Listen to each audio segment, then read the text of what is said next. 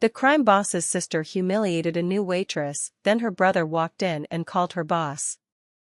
Everyone at the Gilded Room knew better than to challenge Vanessa Shaw, the owner's spoiled younger sister. So when she slapped a new waitress over a spilled drink and ordered her to clean the floor on her knees, the room went silent. Then the waitress caught Vanessa's wrist, poured the remaining whiskey over her dress, and revealed the one fact nobody in the club knew: 3 years earlier, she had saved Vanessa's brother's life. By 11:30 on Friday night, the Gilded Room had become exactly the kind of place Lena Winters used to avoid.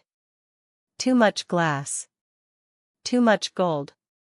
Too many men laughing loudly because they believed money made volume impressive.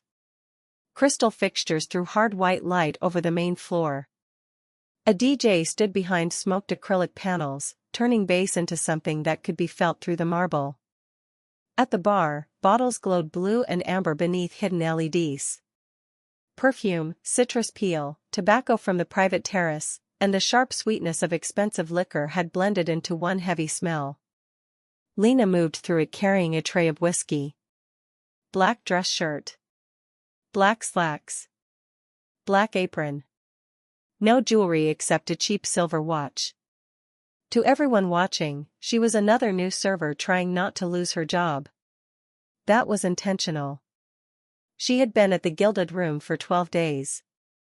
In 12 days, she had learned which bartenders diluted staff drinks to protect people from drunk customers, which floor manager skimmed cash tips before closing, which security guard quietly walked female employees to their cars, and which customers believed a $1,000 bottle purchased temporary ownership of the woman who brought it to them. She had also learned that Vanessa Shaw usually arrived after 10. Tonight Vanessa sat in the center of the largest velvet sectional with 6 friends and 8 men in black suits standing close enough to make the arrangement look less like nightlife and more like a small private government. Vanessa was 29, beautiful, bored, and protected by a last name that had prevented consequences from reaching her for most of her adult life. Her brother, Damon Shaw, owned the Gilded Room.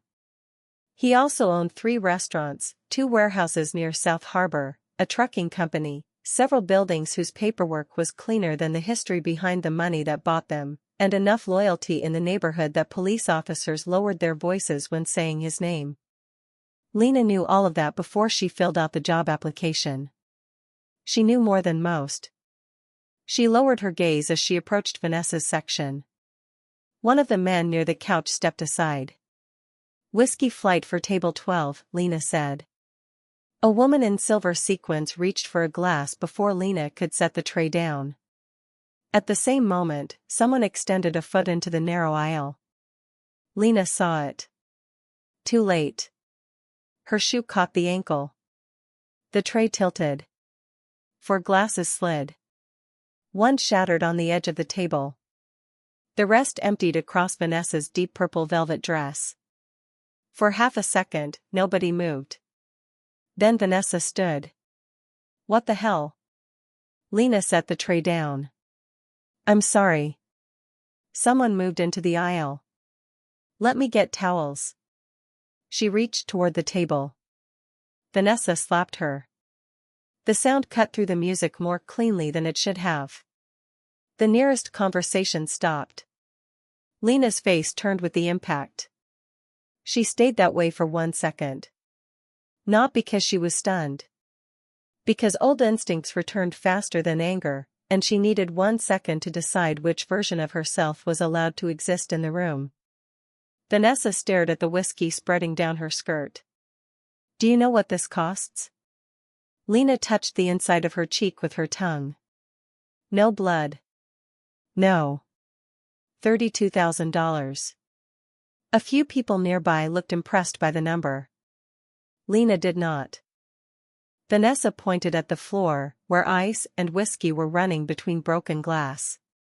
"Get down." Lena looked at her. "Excuse me?" "You heard me." "Clean it." "I'll get a mop." Vanessa smiled. "No mop." One of her friends laughed nervously. Vanessa stepped closer and placed the toe of one black heel on Lena's hand where it rested against the edge of the table. Pressure. Not enough to break anything. Enough to humiliate. Use your hands, Vanessa said. And if I still feel like being generous after that, maybe you keep your job. Lena looked down at the shoe. Around them, dozens of people had discovered urgent reasons to study their drinks. That interested her more than Vanessa did. This was not an unusual event here. People knew the choreography. The rich person became cruel. The employee apologized. Security looked away. Management explained later that the customer mattered. Lena raised her eyes. Move your foot.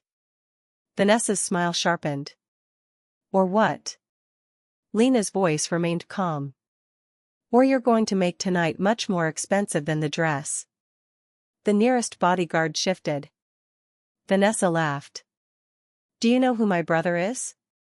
Yes. Then maybe you're not as stupid as you look. Maybe. Lena pulled her hand free. Vanessa reached to slap her again. This time Lena caught her wrist. The movement was quick enough that the security detail reacted a beat late. Vanessa gasped. Lena did not twist her arm. She did not need to. She simply held it. Let go of me. You had one free mistake. You crazy bitch dash. Lena picked up the half-full whiskey bottle from the table. Vanessa's eyes widened. Lena poured it over her head. The room died. Whiskey darkened Vanessa's hair and ran over the shoulders of the ruined dress. Her diamond earrings dripped. Someone near the bar made a strangled noise that might have been a laugh and immediately pretended to cough. The bodyguards moved.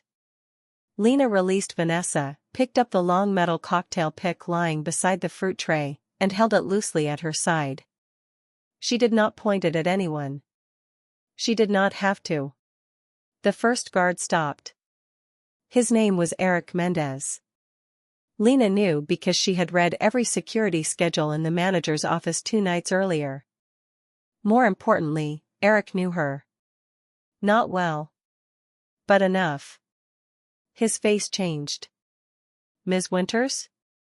That was the first crack. Vanessa looked at him. What did you call her? Eric swallowed. Lena placed the cocktail pick on the table. Good instinct, Eric. Keep it. Vanessa stared between them. Who are you? Lena wiped whiskey from her wrist with a cocktail napkin. Someone who came here hoping things had improved. You think my brother is going to let you walk out after this? Lena looked at her. 3 years ago at South Harbor, your brother got trapped inside Warehouse 14 when a deal turned into a shooting. Half his crew ran. I went in with 3 people and brought him out. A security guard near the back lowered his eyes. He remembered. Lena continued. He had blood all over his shirt and couldn't stand on his own.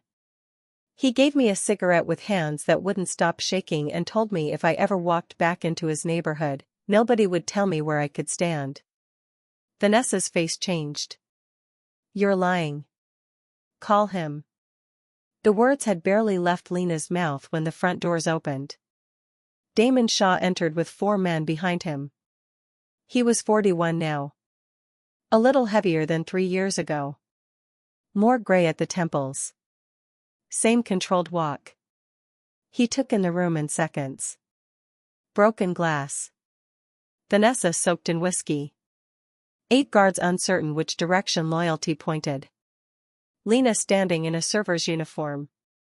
Damon stopped. For the first time that night, Lena felt something old tighten under her ribs.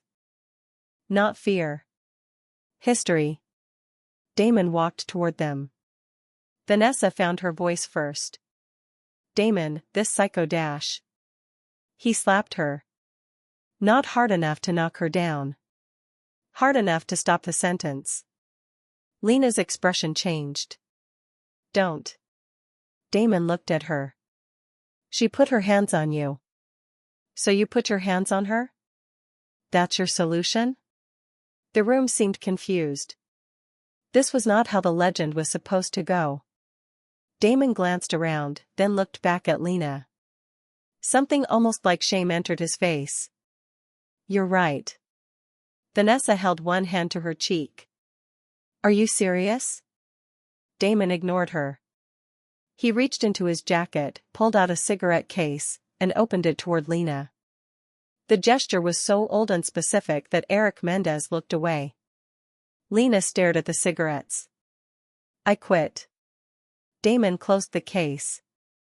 You always were better at that than me. Vanessa looked from one to the other. Who is she? Damon finally answered. The reason I'm alive. No one spoke. Lena picked up the empty tray. That isn't why I'm here.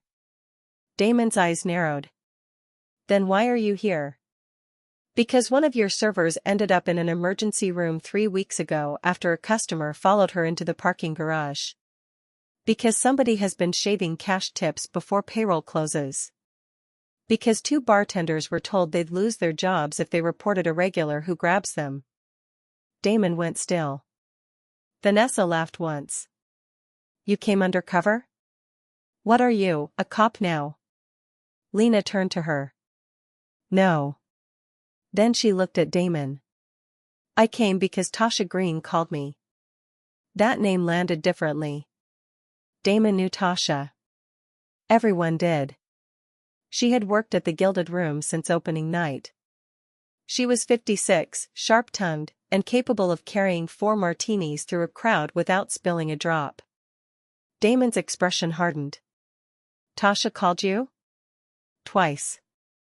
I ignored the first call. Why? Lena looked around the room. Because I left this life. 3 years earlier, after South Harbor, Lena Winters disappeared. People invented stories because silence makes legends fertile. Some said she went federal. Some said she killed a man in Chicago and changed her name. Some said Damon paid her enough to retire. The truth was less glamorous. Lena had been tired. Not physically. Bone tired.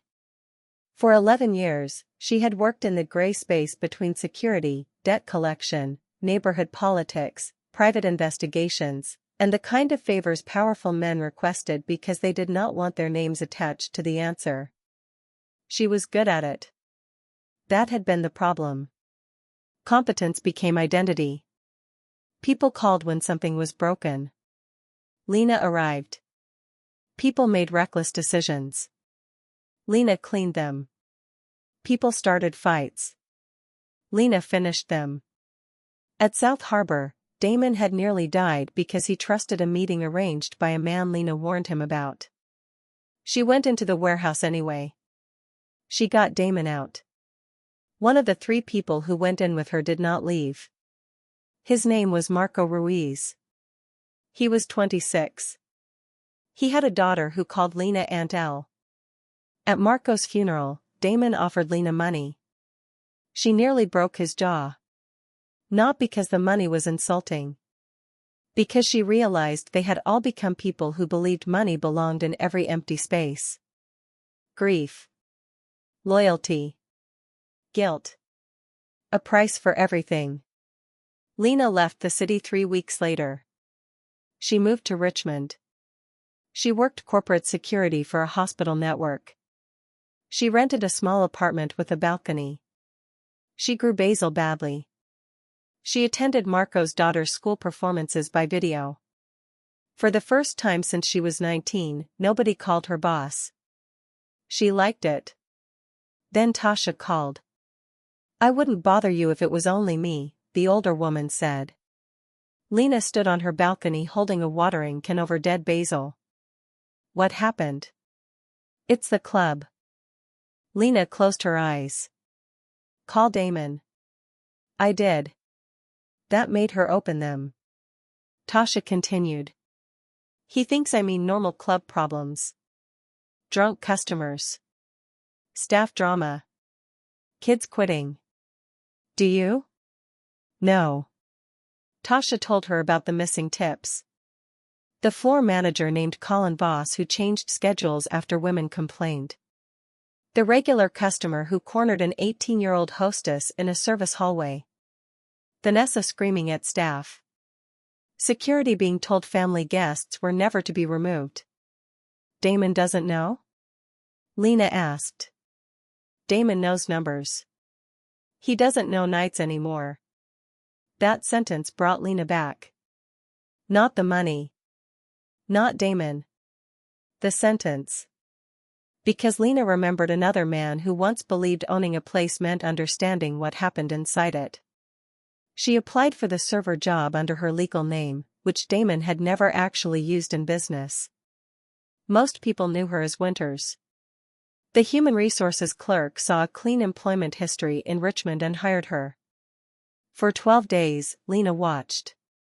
Now the watching was over. Damon stood in the middle of the gilded room looking at the staff who had stopped working to listen. "Where's boss?" he asked. Nobody answered. Lena pointed toward the upper mezzanine. "Office." "He went up 6 minutes ago." Damon started toward the stairs. Lena said, "No." He stopped. "No? If you go up there angry, he deletes whatever he thinks you're coming for." Damon looked at her for a long moment. The old rhythm returned. He asked, "What do you need?" Vanessa stared. Lena looked toward Eric. "Lock the accounting office, not the floor. Nobody leaves with a company laptop or paper file. Do it politely." Eric nodded. "Yes, ma'am." "And stop calling me ma'am." "Yes." He caught himself. "Okay." Damon almost smiled. Lena turned to the staff. "Everybody who was working tonight gets paid through closing whether we stay open or not." Damon said, "Done." "We're closing." Vanessa exploded. "You can't close the club on a Friday because one waitress got offended." Lena looked at her. "That's not why." Damon turned toward the DJ booth and drew one finger across his throat. The music stopped. The silence was enormous. Damon addressed the room. "Ladies and gentlemen, we're closing early. Your open tabs are being comped. Transportation will be arranged for anyone who needs it."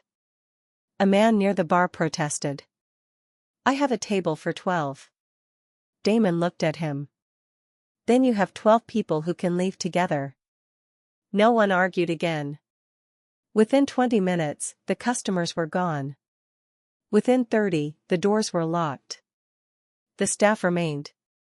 Lena stood in the center of the empty club. Without customers, the room looked smaller. Less powerful. Just furniture, glass, light, and exhausted people. Tasha Green came from behind the service bar. She stopped 6 feet from Lena. "You actually came." Lena smiled. "Eventually." Tasha crossed the distance and hugged her. The room watched. Vanessa sat alone on the velvet couch with a towel around her shoulders. Damon stood near the bar. For 1 second, the famous owner looked like a man who had walked into his own home and discovered strangers knew where everything was kept. Lena released Tasha. "Start talking." They talked until 3 in the morning. Not all at once. Lena refused to let Damon turn the meeting into a public interrogation. She set up 4 separate rooms. Employees wrote down what they had seen. Security officers gave statements without supervisors present. Bartenders printed tip records. The accountant, a nervous woman named Priya Shah, produced payroll reports. Within 90 minutes, the pattern emerged. Colin Voss had been skimming cash tips and adjusting card tip pools. Not dramatically. 3% here. 5% there. Enough that individual employees blamed bad nights. Over 18 months, it added up to more than $100,000. Damon stared at the spreadsheet. "How did I miss this?" Priya looked terrified. Lena answered for her. "Because you asked whether revenue was up." It was. Damon looked at her. That's not an excuse. No. It isn't. Tasha added, boss told us he handled staffing complaints personally. Why? No one answered. Lena knew. Because complaints are information. Control information, control what the owner thinks is happening. Damon closed his eyes. Vanessa, now wearing one of the club's black staff sweatshirts over her ruined dress, sat near the edge of the room. This has nothing to do with me. Tasha turned. It has plenty to do with you. Vanessa's face sharpened. Excuse me? A young bartender named Kayla spoke before fear could stop her. Boss used you. Vanessa stared. Kayla swallowed. Whenever somebody complained about how your friends treated staff, he'd say, "You want me to tell Vanessa you have a problem with her?" Vanessa looked at Damon. I never told him to do that. No, Lena said. You just made sure everyone believed the threat would work. Vanessa stood. I am not responsible for a manager stealing tips. Correct. The answer surprised her. Lena continued. You're responsible for what you did. That's enough. Vanessa's eyes went glassy. You poured liquor over my head. After you slapped me and stepped on my hand. So you're better than me because you can fight? Lena shook her head. No. She looked around the room. That's the problem with places like this. Everybody thinks the only question is who can make who afraid. Damon watched her. Lena said, fear is easy. Systems are harder. At 4:15, they went upstairs. Colin Voss was still in his office.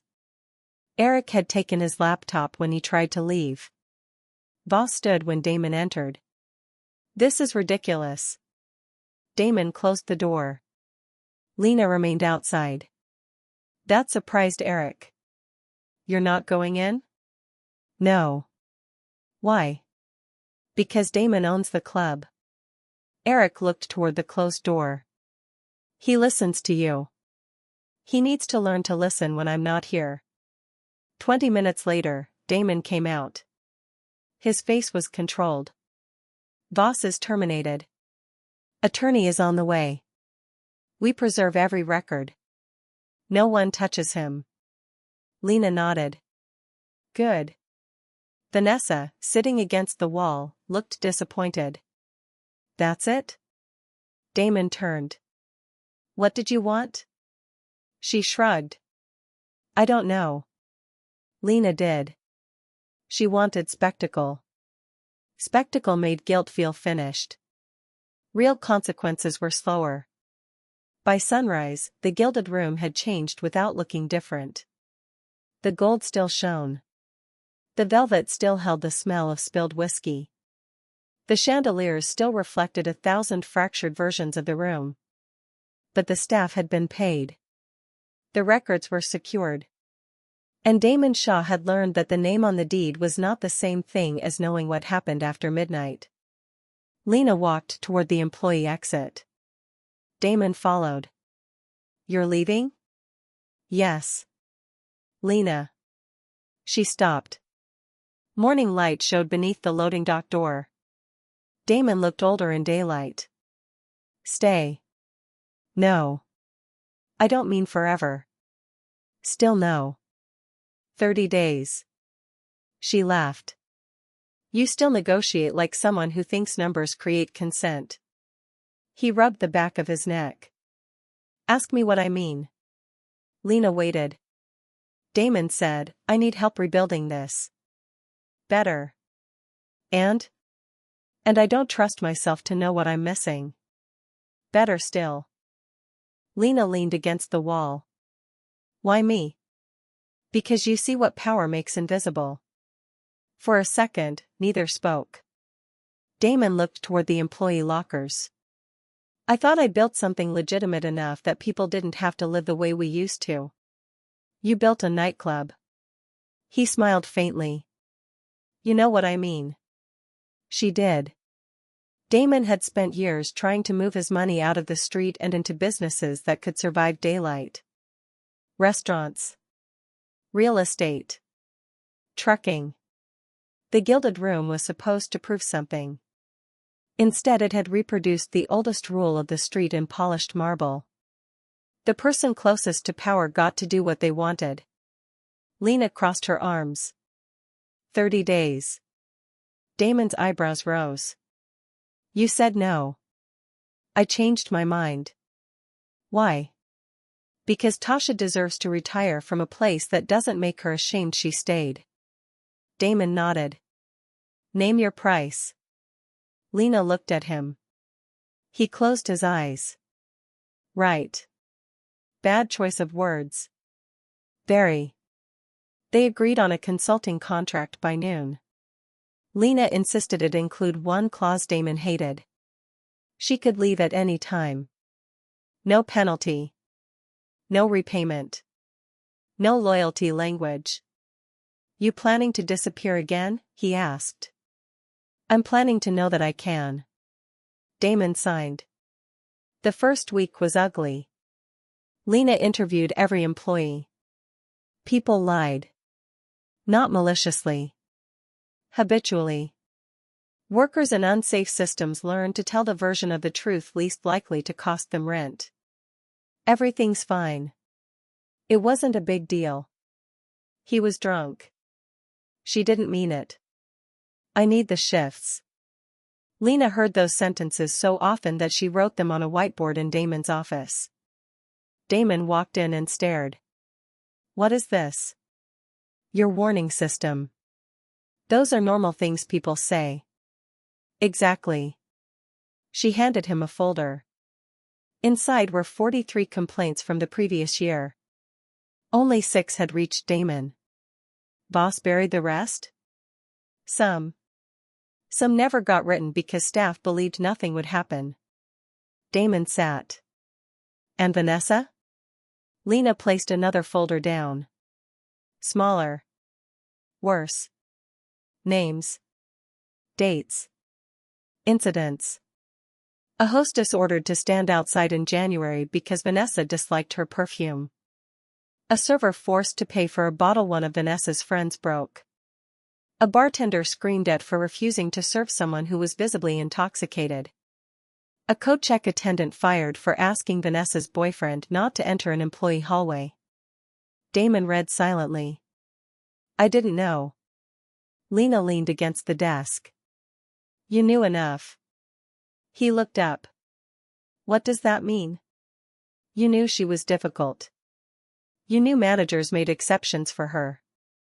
You knew staff hated working her section. You called it Vanessa being Vanessa. His face tightened. I never knew this. You knew enough to ask. He looked back at the folder. That sentence stayed.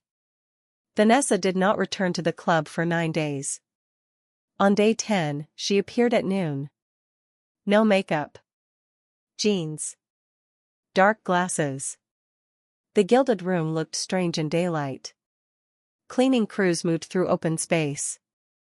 The bar mirrors reflected ladders and boxes. Music was off. Vanessa found Lena in the dining office reviewing new handbook language with Priya.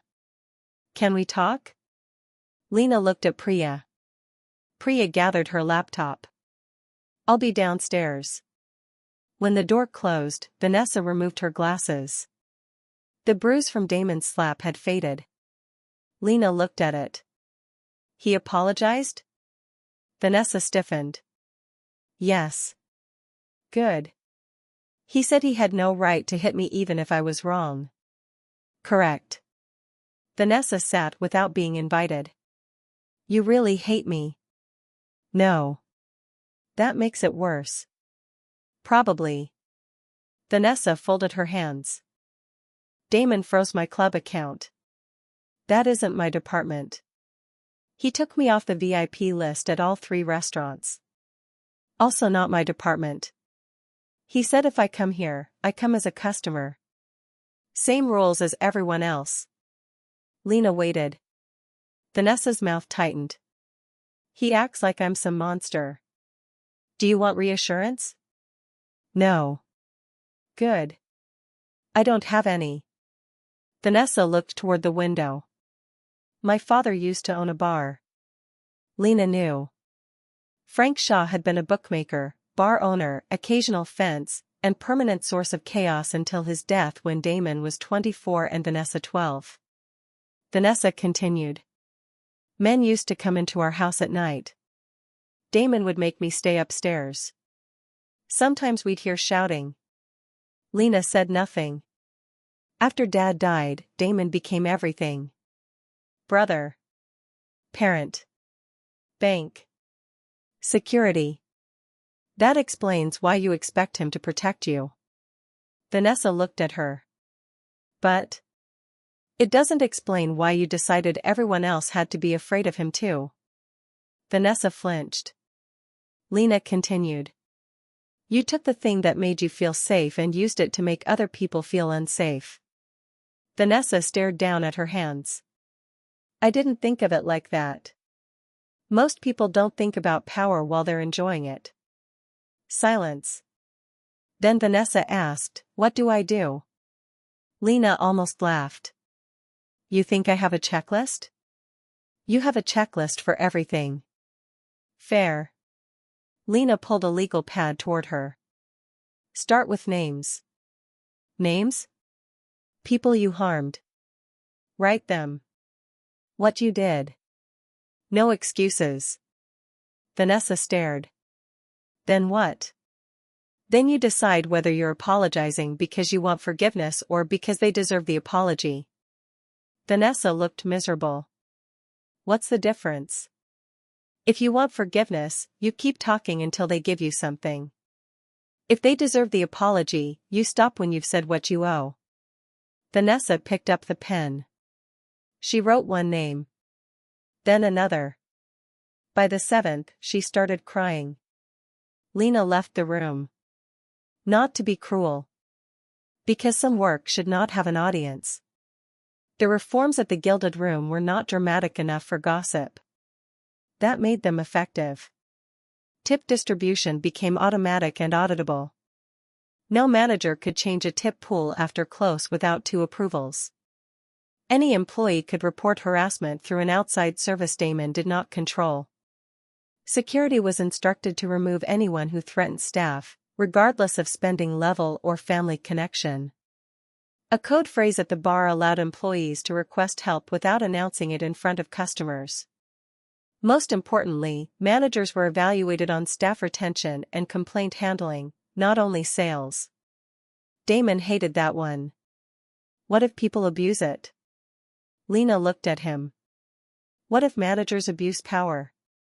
They do. There you go. He signed. Tasha watched the changes with suspicion.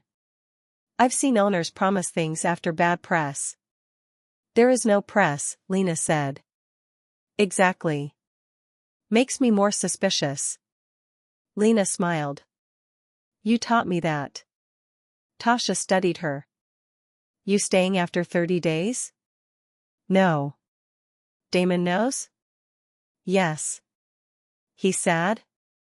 He owns mirrors. He can ask one. Tasha laughed so hard she had to grab the bar. Damon was sad. Not in the way people assumed. 3 years earlier, Lena disappeared without saying goodbye. He had deserved some of that. At South Harbor, Marco Ruiz died because Damon insisted on a meeting after Lena told him the setup felt wrong. Damon had spent 3 years turning guilt into expansion. Every new business was supposed to prove Marco's death had not protected something worthless. He never asked whether that was what Marco would have wanted. One night, after the club closed, Damon found Lena sitting alone at the bar drinking club soda. You still blame me?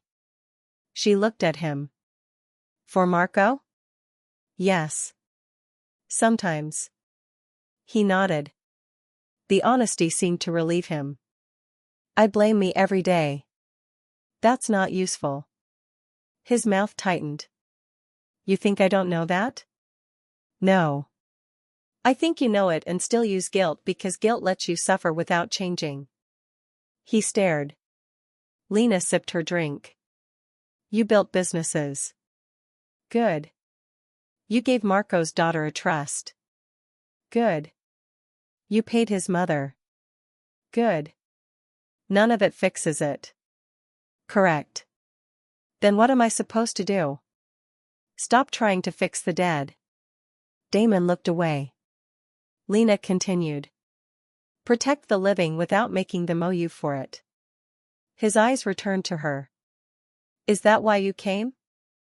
I came because Tasha asked. Only that? Lena was quiet. No. Not only that. She had returned because Richmond had become safe enough to feel empty. Because every time Marco's daughter called, Lena wondered whether leaving the city had been healing or avoidance. Because a small part of her wanted to know whether Damon had become the man Marco believed he could become. She was not ready to say any of that. Mostly. Damon smiled faintly. I'll take mostly. The story of South Harbor was worse than people remembered. Legends had compressed it into one clean sentence. Lena Winters went into a warehouse under fire and dragged Damon Shaw out alive. The truth had been messy long before anyone drew a gun. 2 weeks before the meeting, Lena sat in the back booth of a diner across from Marco Ruiz and told Damon not to go. Damon stirred coffee he never drank. Hera wants to settle the trucking dispute.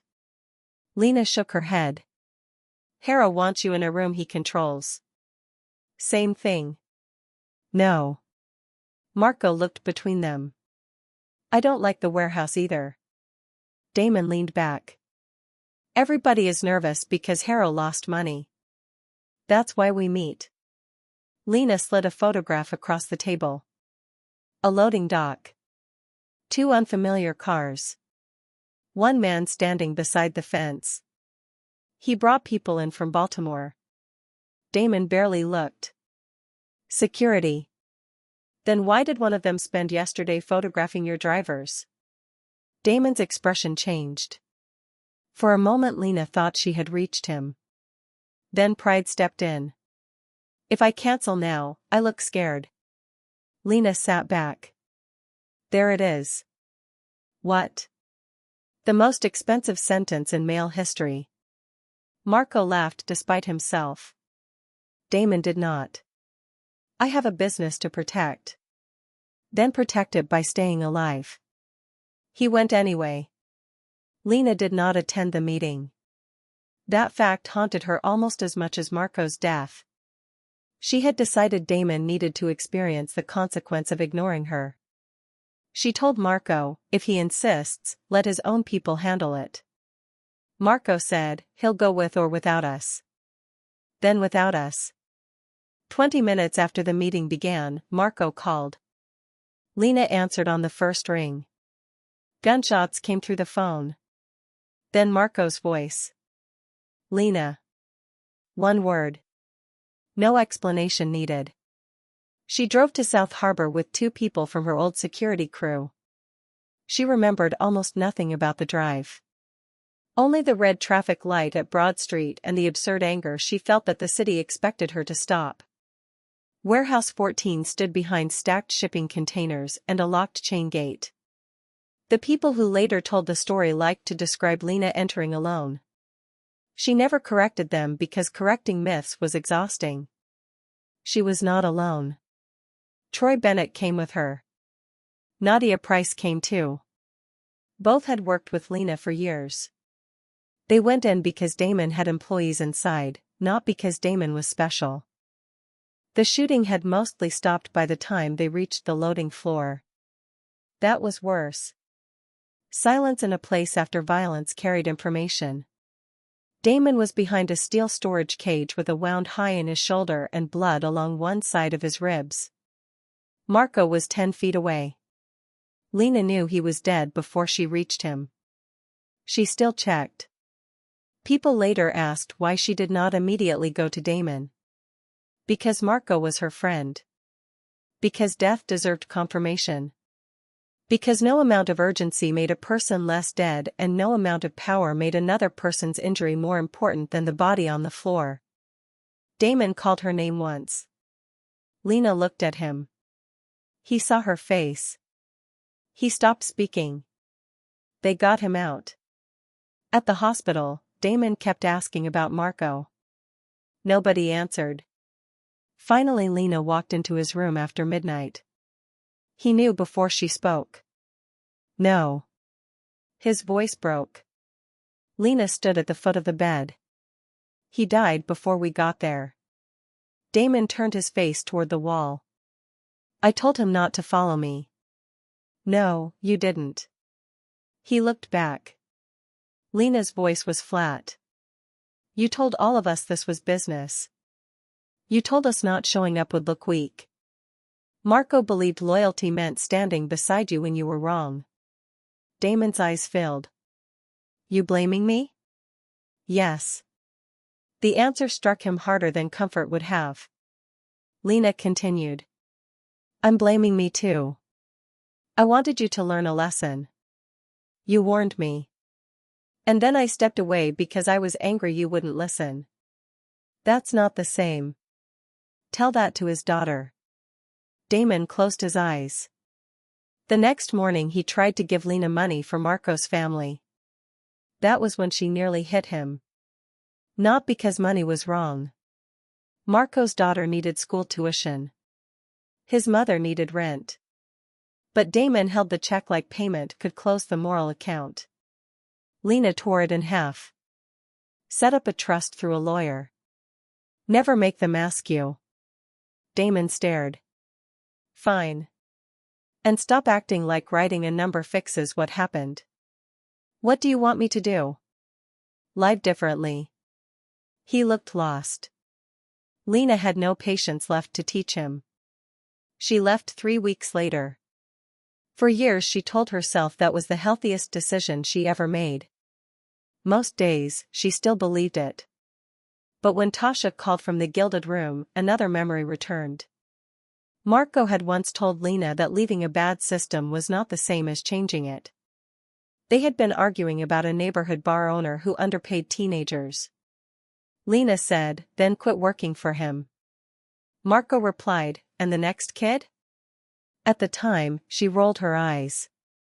3 years later, standing on a Richmond balcony with dead basil at her feet, she heard his voice in the silence after Tasha described the club. And the next kid? That was why Lena applied. Not because Damon owed her. Because an 18-year-old hostess named Alina Park had ended up in an emergency room with a concussion after a customer followed her to the garage and shoved her when she tried to get away. The incident report said she fell during a verbal dispute. Tasha sent Lena a photograph of the report. Under supervisor notes, Colin Voss had written, employee contributed to escalation by engaging customer after clock out. Lena read the sentence 4 times. Then she booked a train. During her first 12 days at the Gilded Room, Lena met Alina only once. The girl had not returned to work. They sat in a coffee shop across from a university campus. Alina wore a baseball cap and kept one sleeve pulled over her hand. I don't want my job back, she said. I'm not here to convince you. Tasha said you could make them pay. Lena almost smiled. Tasha uses dramatic verbs. Alina looked disappointed. I can help make sure the report doesn't stay a lie, Lena said. And I can help you get your medical bills covered. But I can't make what happened unhappen. The girl stared into her coffee. I told security he was following me. Who? Eric. Lena knew that was not possible. Eric had been off that night. Are you sure? Alina looked up. No. Sorry. The other guy. Tall. Beard. John Bell? Maybe. Lena wrote it down. What did he say? That the customer was Mr. Voss's guest and I should go out the employee exit. Did anyone walk you? No. Lena's jaw tightened. Alina mistook the expression. I know I should have waited. Stop. The girl froze. Lena softened her voice. You should not have needed a tactical plan to leave work. Alina's eyes filled. That sentence became another reason Lena stayed the full 30 days. Because the deeper she looked, the more she found workers blaming themselves for failures designed above them. One bartender had started parking 2 blocks away because Vanessa's friends used the employee garage entrance as a smoking area. A dishwasher had been clocking out before finishing cleanup because boss threatened him for exceeding scheduled hours, then complained the kitchen was dirty. A hostess kept spare flats in a janitor closet because management required heels on the main floor even after she injured her ankle. Nothing sounded dramatic alone. Together, it described a place where people were always adapting downward. Lena brought Damon into the employee break room on day 14.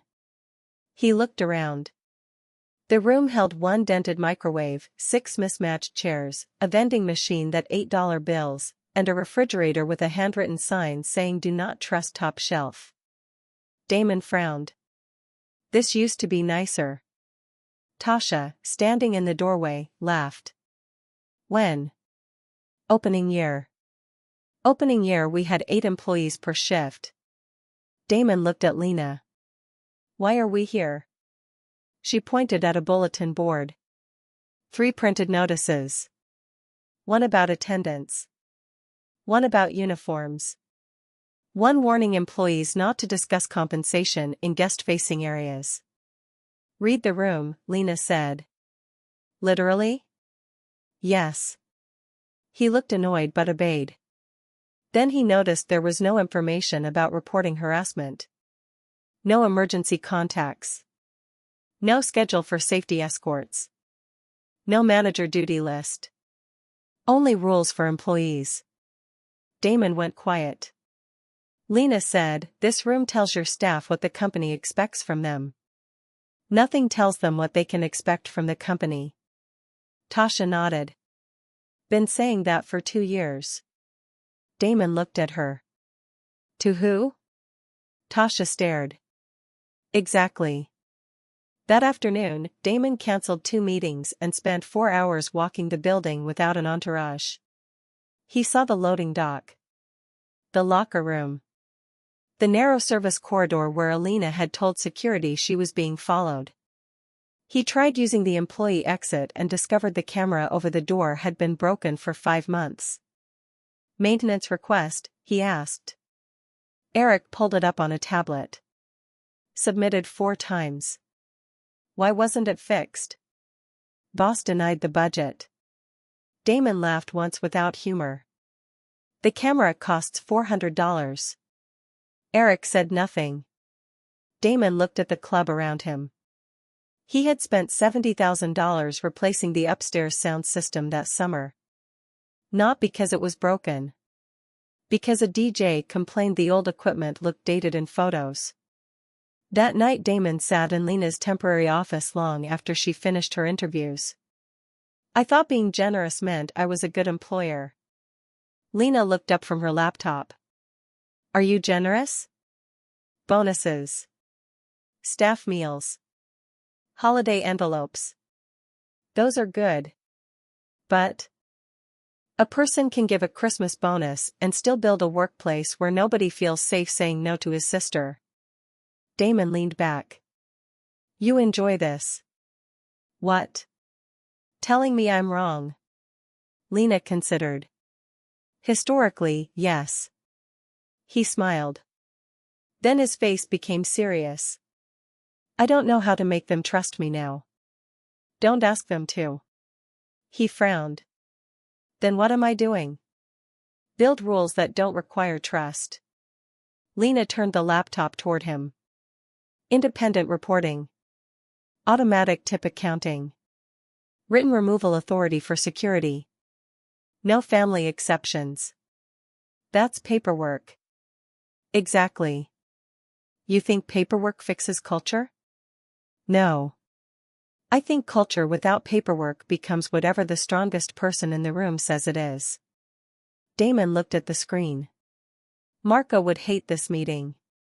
Lena smiled despite herself. Marco hated all meetings. He'd ask why we need 16 pages to say don't be an asshole. And then he'd sign all 16 because somebody has to define asshole for legal. They both laughed. The laughter ended softly. Damon looked at her. I haven't talked about him with anyone in a long time. I know. How? Because you built 3 businesses instead. He looked down. Lena added, work is useful camouflage. You would know. That landed. She looked at him. Damon said, Richmond. Hospital security. 90-hour weeks your first year. Who told you? Nobody. I checked on you. Lena's face cooled. You what? He immediately understood the mistake. Not surveillance. Dangerous opening. I asked once if you were okay. Through someone we both know. I didn't contact you. She stared. Who? Nadia. Lena would deal with Nadia later. Damon continued. She said you were alive and wanted to be left alone. So I left you alone. Lena's anger eased slightly. Good. I wanted to call. I know. How? Because you hate unfinished conversations. So do you. I learned to tolerate them. He studied her. Did it help? Lena thought about her apartment. The dead basil. The hospital hallways. The quiet evenings when no phone rang. Yes. Then, after a pause. And no. Damon nodded. That was the first time they spoke to each other like people who might have a future conversation instead of only a past. Meanwhile, Vanessa's apology list grew. The first person she contacted was Rose Delgado, a former server she had accused of stealing an earring 2 years earlier. The earring was later found in Vanessa's car. Rose had already been fired. Vanessa had never corrected the accusation. She asked Lena for Rose's number. No. Vanessa stared. Why not?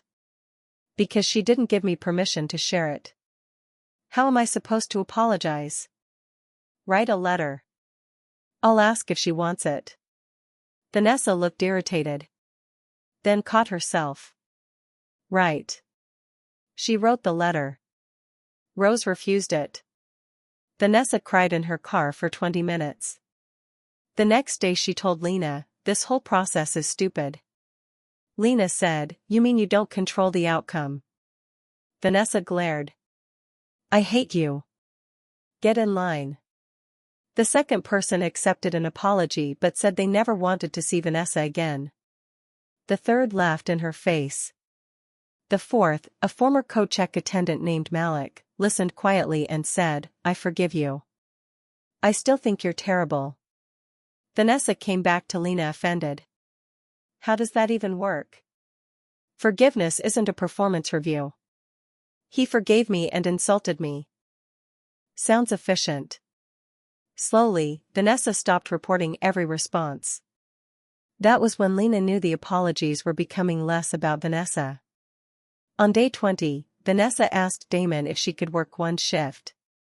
He said no. She was furious. You said I need to understand what staff deal with. Correct. Then let me serve. No. Why? Damon looked at Lena. She did not rescue him. He answered himself. Because work isn't punishment. The staff are not props in your redemption. Vanessa went silent. Damon continued. If you want to learn, Tasha can let you shadow training when she's ready. You don't get to borrow somebody's job for a lesson. Lena looked at him. Damon noticed. What? Nothing. You have a face. Vanessa laughed. It was the first time the three of them shared a joke without someone losing. On the 22nd day, the club faced its first real test. A professional basketball player named Cole Mercer arrived with 6 friends. He spent heavily, tipped unpredictably, and had been a regular for 2 years. At 12:40, one of his friends grabbed a server named Mia around the waist after she told him to stop touching her. Security removed him. Cole demanded the entire group be allowed to stay. The floor supervisor refused. Cole asked for Damon. Damon came down. Lena watched from the service station. Cole spread both hands. Seriously? Over a misunderstanding? Damon looked at Mia.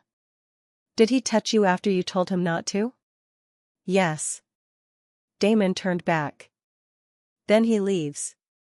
Cole laughed. You know what I spent here? 3 weeks earlier, Damon might have answered with numbers. Tonight he said, not relevant.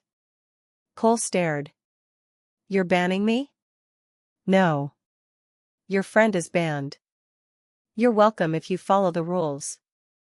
That's embarrassing. Damon nodded. For him. Cole left. The room did not collapse. Revenue did not disappear. The next night, tables still filled. That surprised Damon more than it should have. Lena found him reviewing the weekend numbers. You look disappointed. I thought we'd take a bigger hit. You thought one customer's money was structural. He sighed. Everything is a lesson with you. Only because you keep enrolling. He smiled. The 29th day arrived quietly. Vanessa came to the club at 4 in the afternoon carrying a stack of envelopes. Lena was in the office. Apologies, she asked. Vanessa nodded. Some. 3 people asked me never to contact them again. So I won't. Lena nodded. Good. That doesn't feel good. It isn't supposed to. Vanessa sat. Tasha agreed to meet me. Brave woman. She made me wait 40 minutes. Lena smiled. Brilliant woman. Vanessa almost smiled too. Then she placed one envelope on Lena's desk. Lena looked at it. No. You haven't read it. I don't need an apology for the slap. It's not only that. Lena leaned back. Vanessa pushed the envelope closer. You don't have to forgive me. Good. You also don't have to read it now. Better. Lena took the envelope. Thank you. Vanessa stood. At the door she stopped. Damon says you're leaving tomorrow. Yes. He pretends he's fine. He's talented. Are you coming back? Lena looked at her. I don't know. Vanessa nodded. I used to hate not knowing what people would do. And now? Still hate it. Lena laughed. At least you're honest. On day 30, the staff gathered before opening. Damon stood near the bar. Tasha had organized food from the Italian place next door. Someone brought a cake that said good riddance, Winters. Lena looked at Tasha. You bought that. Prove it. People laughed. Damon waited until the room settled. I have an announcement. Lena narrowed her eyes. If you offer me a job in public, I will embarrass you. Noted. Damon looked at the staff. The new policies stay. Priya is now Director of Finance. Tasha is moving into training and employee advocacy 3 days a week, which she claims is retirement. Tasha raised a middle finger. Applause followed. Damon continued. Eric will oversee security with independent review every quarter. And no member of my family has authority over staff unless they're on payroll and reporting through management. Vanessa stood near the back. She nodded once. Damon looked at Lena. The last part is because somebody reminded me a business isn't safe because the owner thinks he's a good man. It's safe when the rules still work while the owner is asleep. Lena felt something tighten in her chest. Marco would have liked that sentence. She hated thinking it. The staff applauded. Lena did not. She simply nodded. Afterward, Damon walked her to the loading dock. A rideshare waited outside. "Richmond?" he asked. "For now. You could stay." She looked at him. That sounded dangerously close to a request. "I'm trying new things." "Terrifying." He smiled. Then the smile faded. "I missed you." Lena looked away. 3 years ago, she would have mocked him. Tonight she said, "I know." "Did you miss me?" "Sometimes." He nodded. "I'll take sometimes." She opened the car door. "Damon." "Yeah?" "Don't turn this place into a monument to me." "Wasn't planning to." "Good. I was thinking statue." She stared. He laughed. For the first time since South Harbor, Lena laughed with him. Then she got in the car. She returned to Richmond. For 3 months, nothing dramatic happened. That was good. Lena went back to hospital security. She bought new basil.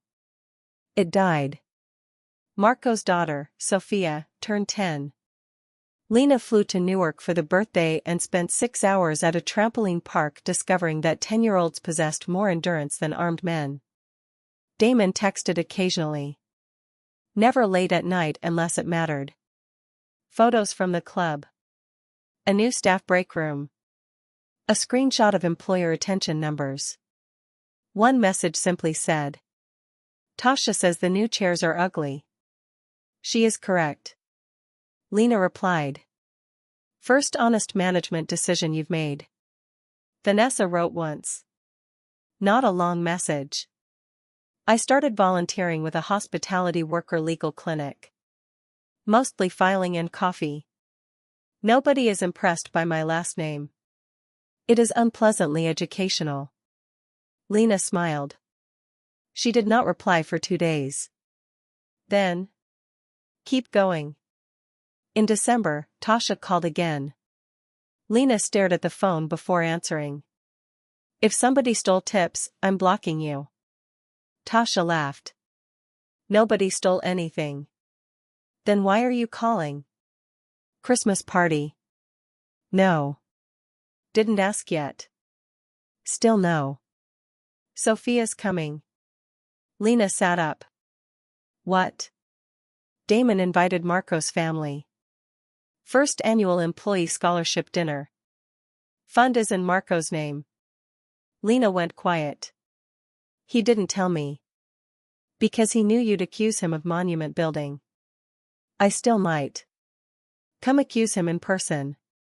Lena looked through the window at dead basil on her balcony. "Fine." The gilded room looked different in December. Not physically. Still gold. Still loud. Still too much glass. But Lena noticed the staff first. Mia laughing with security near the entrance. Priya arguing with a vendor without fear. Eric checking in with the coat staff.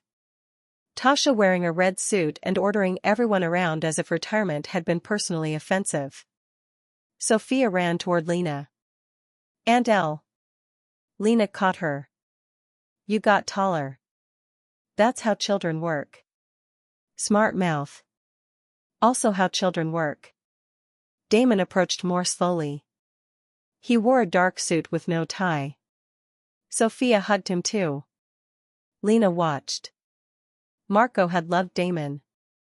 That had always complicated grief. Damon loved Sophia without asking her to carry his guilt. That mattered. The scholarship dinner honored hospitality workers pursuing education. No speeches about loyalty. No speeches about family blood. Tasha insisted. "People have enough relatives," she said. "Give them tuition." Vanessa attended as a guest. She waited in line at the bar. When a server brushed against her dress with a tray, Vanessa stepped aside and said, "You're good." The server did not know why Lena laughed. After dinner, Damon found Lena on the terrace. Cold air moved over the city. So?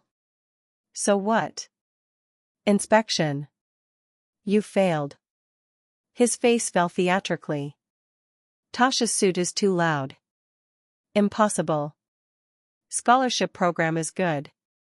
Damon leaned against the railing. High praise. Lena looked through the glass doors at Sophia eating cake with Vanessa and Tasha. Marco would have liked it. Damon became still. For years, they had avoided saying sentences like that because the dead made every word feel dangerous. Damon nodded. I hope so. Lena looked at him. That's enough. He understood. No certainty. No purchase of forgiveness. No perfect repair. Hope could be enough. The next spring, Lena left the hospital network. Not for Damon. That distinction mattered to her. She started a small workplace safety consulting firm focused on restaurants, clubs, hotels, and late-night businesses where young employees were often expected to tolerate behavior nobody would accept in an office at noon. Tasha became her first referral source. Damon became her most annoying client. Your invoice is insulting, he told her after the first quarter review. Pay it. You charge me more than everyone else. Risk premium. For what risk? Knowing you. He paid. Lena did not become a legend again. She refused. Legends made people careless.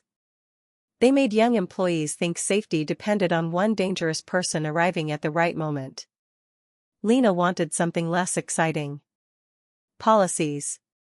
Training. Records. Managers who listened. Security that understood dignity was part of the job.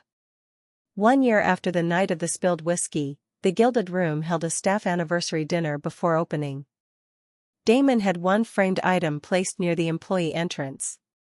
Not Lena's photograph. Not a newspaper clipping. A simple black sign. No customer, owner, relative, celebrity, or friend of management has the right to humiliate an employee. Below it, smaller. If someone breaks this rule, report it. The rule will outrank the name. Lena stood in front of the sign. Damon came beside her. Too dramatic? Slightly. Tasha wrote it. Then it's perfect. Vanessa joined them. She wore a simple navy dress. No security detail. She read the sign. I should probably have my name engraved underneath as a warning. Lena looked at her. That would make it about you. Vanessa nodded. Right. Progress. A new server hurried past carrying a tray of champagne. She was young, nervous, and trying to move too quickly. One glass tipped. Champagne splashed across Vanessa's sleeve. The girl froze. Her face went white. I'm so sorry. For 1 second, time folded. Lena remembered whiskey. A slap. A shoe on her hand. A room full of people pretending not to see. Vanessa looked at the wet sleeve. Then at the server. Are you cut? The girl blinked. What? The glass. Did it break? No. Then we're good. Go get a towel before somebody slips. The server stared. You're not mad? Vanessa looked at Lena. Then she smiled faintly. It's a dress. The girl hurried away. Lena said nothing. Vanessa looked defensive. What? Nothing. You have a face. I always have a face. Damon laughed. Vanessa rolled her eyes. Then she followed the server to help move the broken-down tray out of the aisle. Lena watched her go. That was the ending nobody in the Gilded Room would ever repeat as a legend. No one pulled a weapon. No one got slapped. No powerful man entered to announce who mattered. A woman got champagne on her sleeve and chose not to make someone smaller because she could. Lena preferred that ending. The club opened at 10. Music filled the room. Customers arrived. Money moved. Mistakes happened. A drunk man complained about his table. A birthday group broke 2 glasses.